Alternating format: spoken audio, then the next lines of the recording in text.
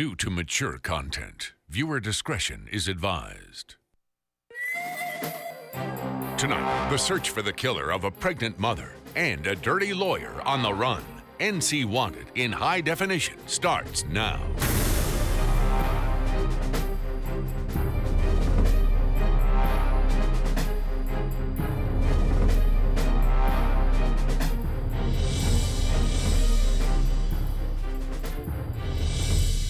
Good evening, I'm Gerald Owens. Welcome to this edition of NC Wanted. Tonight we come to you from our state capitol, where our laws are created, passed, and handed down for the rest of us to follow. But this is also a place where vicious crimes occur in our lawmakers' own backyard.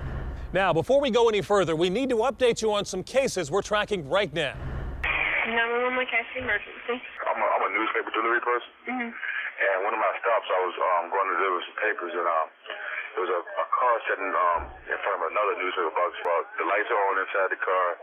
There's papers are laying across the ground beside his car. So I rode around the building to see if he was like outside the building or anything. But I don't see anybody by the building. It's a Exxon gas station on Lake River Drive in Raleigh. It happened between 3 and 5 a.m., Thursday, June 14th. A family was ripped apart when a young pregnant mother, Jenna Nielsen, and her unborn son were brutally murdered at a convenience store on Lake Wheeler Road in Raleigh. This week, a lot of information has been reported, but very little has been confirmed by police. Tonight, Nielsen's husband is speaking out about what happened that fateful day. Tim Nielsen spoke with us by phone from Utah, where he's attending his wife's funeral. She was late coming home from work. She usually comes home about 5:30, 6 o'clock, and she usually comes home, wakes me up, because I'm at home with the kids. And when she didn't come home, I waited, obviously, because sometimes she runs late. I waited. I kept calling her cell phone. I called her cell phone probably about a dozen times. She didn't answer, and that's when I contacted the dad and said, Jenna hasn't came home yet. Would you mind if I bring the kids over so we can go out and look for her? And right as soon as I was heading out the door, the two detectives were standing in the driveway. I knew who they were. I can see the guns. I can see the badges. I wasn't expecting that. You know, I mean, she was 3 weeks out from delivering our third baby. I was thinking in my head, well, okay, she's at the hospital. Raleigh police continue searching for Jenna's killer. They're asking for your help. They want to find the person who resembles this sketch. We caught up with Sergeant J.J. Matthews, an investigator assigned to major crimes with the Raleigh Police Department. That individual has been described as a male, approximately 5'3", 120 pounds. He has a darker skin complexion. The individual is believed to be possibly Hispanic. He has a ponytail which comes down approximately between his shoulder blades. He was last seen wearing a black t-shirt, shorts, believed to be a dark-colored denim-type shorts that came down at approximately the knee level. Tonight, police are still cautious about releasing details on the investigation. They've characterized the murder as random, but Jenna's husband, Tim, isn't so sure. Please say it was random. I think it's a bunch of crap. That person was there for a reason. It obviously wasn't about money.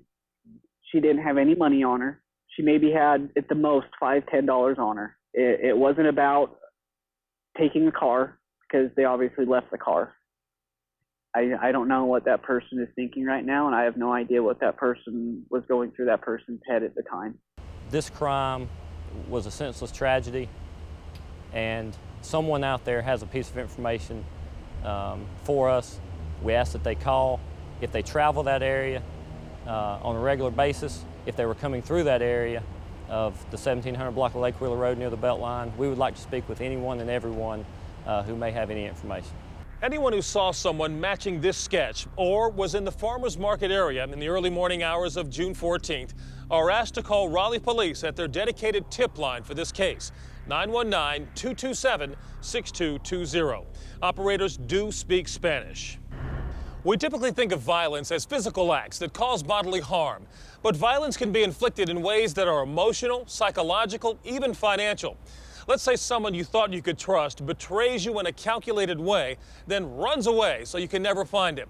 Tonight, we introduce you to the newest member of our Target 10 list, ex-Chapel Hill attorney John Gregory McCormick. He's considered missing, along with over $1 million from family, friends, business partners, and even the poor. We should get together. go out and have a drink or something. Life and business are good for John Going McCormick. down to the Caymans here in a couple of weeks. For more than 20 years, he's been the attorney for the Chapel Hill Carrboro School Board. He's made a bundle on real estate deals and is the landlord for more than a dozen low-end rental properties in Orange County. But in recent weeks, McCormick's life has been spiraling out of control. He's getting financial pressure from bank officials. Your accounts are seriously underfunded. I want to be clear, the relationship is terminated. And he's recently lost his major clients, including national home builder D.R. Horton. This is not the way we operate. The downturn in his law practice has led him to serve notice of layoffs to his employees. And he's no longer able to drive his fancy cars as a result of multiple DWIs, and is awaiting trial for a charge he just received 6 days ago, driving while license revoked. But instead of facing his problems in a responsible way, John McCormick spends his time plotting an escape. He's managed to siphon over $1 million from clients and borrow over $300,000 from friends. Hey, how's it going? He's also been misleading SunTrust bank officials to transfer the embezzled funds into his hidden accounts. I'll be there in 20 minutes. By this time, his contact at D.R. Horton has had it with McCormick's evasion. Just before noon on July 10, 2006, the D.R. Horton representative takes the unusual step of going to McCormick's Chapel Hill office to deliver a final ultimatum face-to-face. When McCormick is alerted, he thinks up an excuse and orders an assistant to cover for him. Then he slips out the back and drives away for the last time. Many hours later, an Orange County deputy would find McCormick's car abandoned near an entrance to Duke Forest. A report comes in later indicating McCormick had hitchhiked his way back to the Chapel Hill area near the Timberline Shopping Center. This is his last confirmed sighting. In a matter of days, his abandoned wife is forced to file for involuntary bankruptcy and manage the affairs of their 3 children, alone amid public embarrassment and revelations of McCormick's dark secrets. The North Carolina State Bar disbarred John McCormick in March, but it was too late for a poor, struggling couple, Jackson and Dorothy Allison. About 10 years ago, the North Carolina Real Estate Commission informed the bar about a case involving the couple who were swindled by McCormick in a shady real estate deal. But nothing was done, and McCormick wasn't investigated. If you've been following this case, you may be surprised to know that McCormick's downfall and escape were not at all surprising to some who knew him. According to the current mayor of Carrboro, quote, "I'm sorry to say that the problems with John McCormick were indeed well known long before his disappearance. It's not a matter of 20/20 hindsight. His actions speak for themselves. And it's an undisputed fact that McCormick's tenants were dealing crack cocaine out of his apartments at the end of Sykes Street. There was also no doubt that he was well aware of the situation. McCormick's rapid departure from Chapel Hill was, to me, anything but shocking," unquote. Soon after McCormick disappeared in July of 2006, the SBI promptly opened a criminal investigation.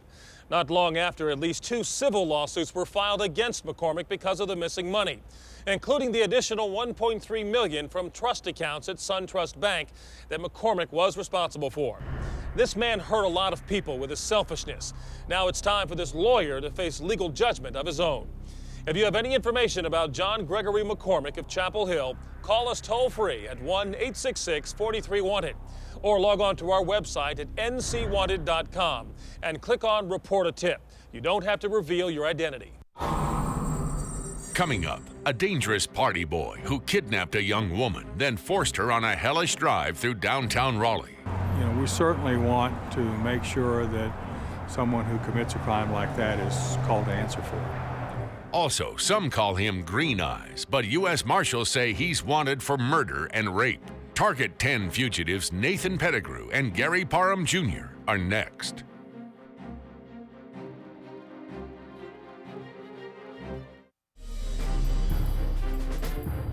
Welcome back to NC Wanted. Let's get started.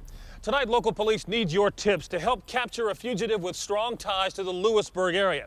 He may look like the guy next door, but police say you shouldn't go anywhere near him. His name is Nathan Randall Pettigrew, and he's wanted on a string of charges, including statutory rape, first-degree kidnapping, and assault with a deadly weapon with intent to kill. It's another dog day of summer in Raleigh, but by nightfall, things are about to get even hotter. Police say on the evening of August 2nd, 2005, Nathan Pettigrew convinces a former girlfriend to pick him up near the intersection of Capitol Boulevard and Old Wake Forest Road. What the woman doesn't know is that Pettigrew has just been indicted on charges of statutory rape and taking indecent liberties with a minor. And things go wrong in a hurry for this woman as Pettigrew pulls a knife and orders her to drive. Now! At this point, police say it's not clear if Pettigrew has a destination in mind or if he's biding time to do something else. And you listen to me and don't try anything. What is clear is this is the ride from hell for this 19-year-old hostage. During the ordeal, Pettigrew rages and breaks off her rearview mirror and throws her cell phone out the window. He steals valuables from her purse. It isn't long before Pettigrew and his hostage reach the intersection of Peace and St. Mary's Streets. This is where police tell us the woman makes a desperate attempt to escape. But Pettigrew chases her down, forces her back into the vehicle at knife point, and orders her to keep driving. Listen, just keep going. In just a few blocks, the woman sees what could be her last chance to be visible in a public place. She steers the vehicle into the parking lot of a Peace Street convenience store. Pettigrew tries to restrain her, grabbing her blouse and slashing her with his knife. Somehow, she manages to pull free and flees inside the store where witnesses are now calling 911. Police tell us this is when Pettigrew gives up and runs away. And this is the last time anyone reports seeing him in the immediate area.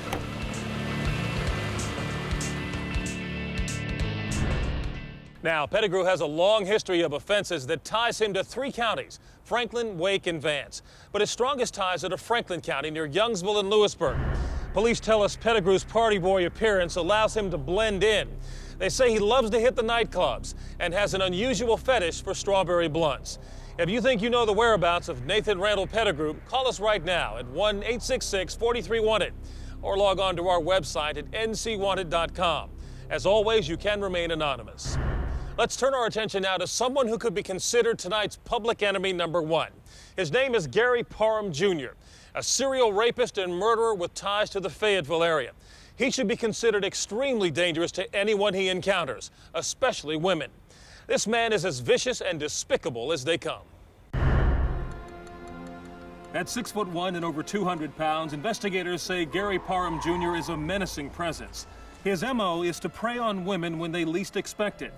It's August 5th, 1998. In an area near Washington, D.C., a 29-year-old woman returns to her apartment happy about her recent engagement. She's the single parent of 2 children, so things are looking up. But this poor woman has no idea this is the last hour of her life. That's because Parham has just chosen her as his target of opportunity. Okay. After talking his way inside, Parham turns violent and forces her into her bedroom to begin his sexual assault. But this woman has no intentions of ever letting Parham have his way. She fights him with a ferocity that stuns him. The battle moves through the apartment. The woman fights valiantly, but Parham stabs her more than 30 times. She finally succumbs to her mortal wounds, and Parham is able to escape without being noticed. Now, fast forward to 2005. 7 years later, Gary Parham Jr. is in prison for an unrelated crime. A sample of his DNA is taken. To the surprise of police, a match comes back, placing Parham at the scene of the woman's murder. It would be her last revenge. By injuring Parham, the brave woman ensured the best witness had remained alive and well, and that would be Parham's own DNA. But just days before the DNA match is confirmed, Parham is released on parole. He gets wind of his good fortune and taunts police by phone, telling them they will never find him. Now he knows he's a marked man. Investigators believe he flees the D.C. area to return to his native North Carolina. This is just the tip of the iceberg. Parham is wanted for sexual assaults and drug crimes as far north as Prince George's and Montgomery counties in Maryland, right outside Washington, D.C. Tonight, investigators believe Parham may be hiding out with his mother, who frequently changes her address and is hard to track. Parham has been linked to the Fayetteville area, New Bern, and Winterville. He has green eyes, which should be easy to spot. He tends to wear his hair in cornrows, but may be sporting an afro. He uses aliases such as Junie, Green Eyes, Gary Brown, Rashawn Parham, or his brother's name, Steve Parham. His father, Gary Parham Sr., has his own extensive record of writing worthless checks in the Cumberland County area. If you think you know the whereabouts of Gary Parham Jr., call our hotline right now at 1-866-43-WANTED. Now, this man is extremely dangerous and must be stopped. You can do it. Call us now, or you can log on to our website at ncwanted.com. As always, you can remain anonymous. Now, stay tuned. There's more ahead. Coming up, he's the Mexican national who came to Chapel Hill and raped his niece. The frustrating thing is just not getting him.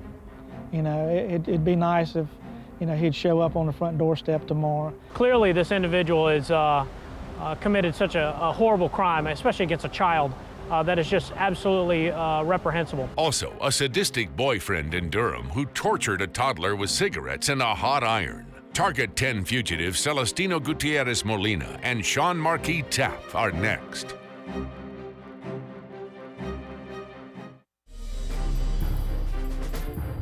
Welcome back to NC Wanted. Tonight we're focusing on the fugitives on our Target 10 list. And just when you think you've heard about the worst offenders to walk the earth, a case like this next one comes along. We decided not to sugarcoat what happened. We won't show you in a graphic way, but we warn you the details of this crime are not easy to hear. It's February of 2007 in Durham. Just another routine day for this mother and her live-in boyfriend. And that means another routine day of torture for her youngest child, a baby still in diapers. As usual, this mother, whose known alias is Pinky Funderburk, goes to work while her boyfriend, Sean Marquis Tapp, stays home to care for her two children. Each day, Pinky returns to see evidence of cruel injuries to the baby. She accepts the excuses that Sean Tapp provides her. She looks the other way to appease him, which only enables her lover to continue day after day. Finally, one night, a friend of Pinky's notices the injuries and is horrified. The friend insists Pinky take the baby to the emergency room, where the on-duty nurse admits the child for urgent examination.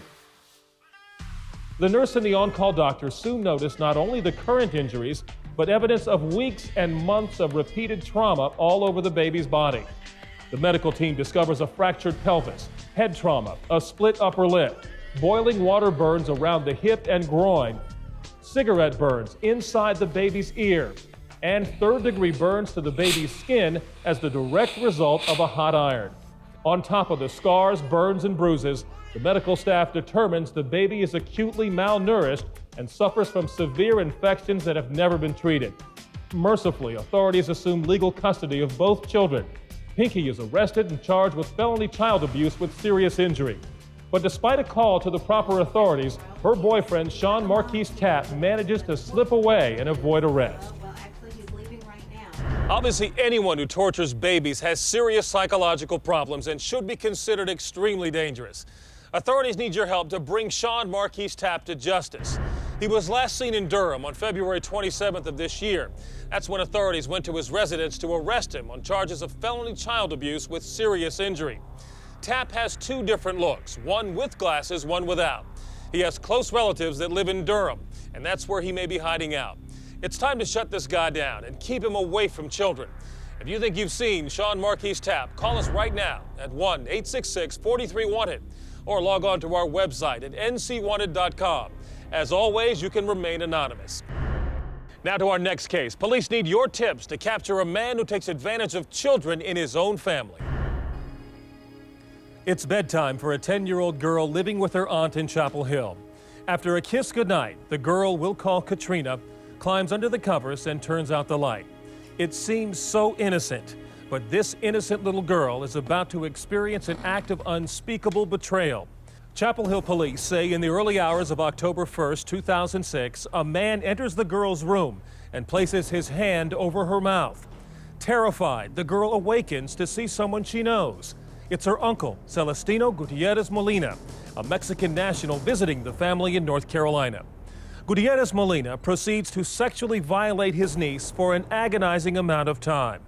The girl tells police the sexual assault goes on so long she could see the sunrise.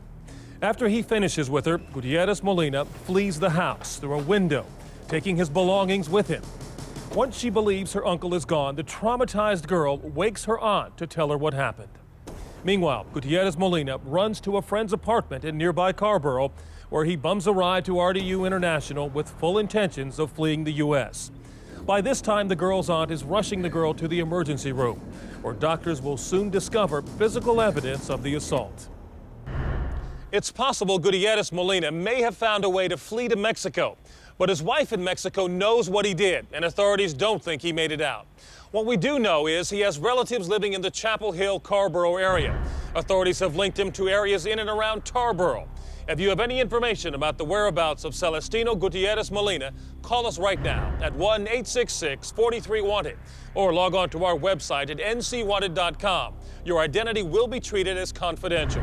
Now, stay with us. We'll be right back to recap tonight's cases and tell you what we're working on for next week.